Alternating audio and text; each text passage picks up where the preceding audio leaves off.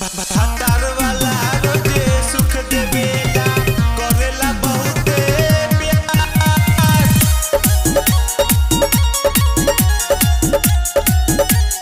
Music by Amit Tiwari. करेला बहुते प्यार।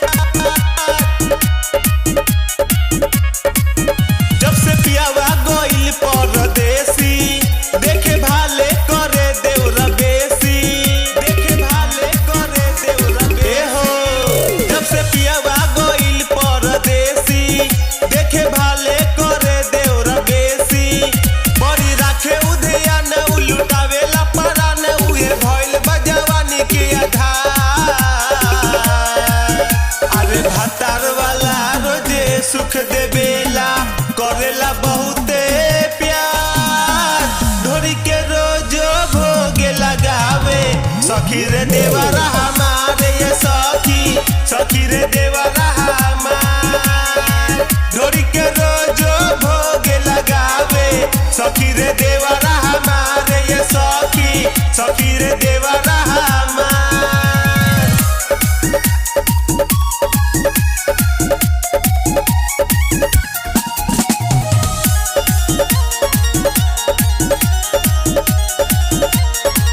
करी देवरे के केतना बड़ाई गरम करेला रोजे कढ़ाई।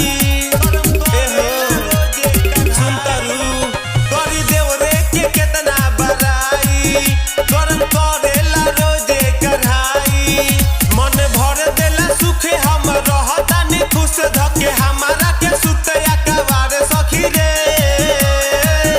अरे भातार वाला रोजे सुख देवेला करेला बहुते प्यार। ढोरी के रोजो भोगे लगावे सखी रे देवरा हमारे ये सखी। सखी रे देवरा हमार। ढोरी के रोजो भोगे लगावे सखी रे देवरा हमारे ये सखी। सखी रे देवरा हमार।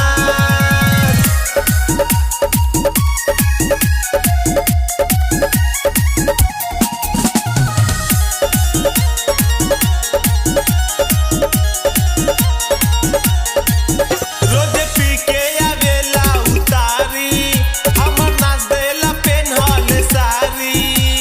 का कही हो बड़ी दुख बा। रोजे पी के आवेला उतारी हमर नाच देला पेन्हल सारी। जय सर मनोरेंद्र रहे घरवे के अंदर नाही करे अपन आदत सुधार सखी रे। अरे भातार वाला रोजे सुख देवेला करेला बहुते प्यार।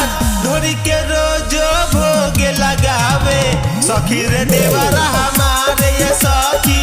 सखी रे देवरा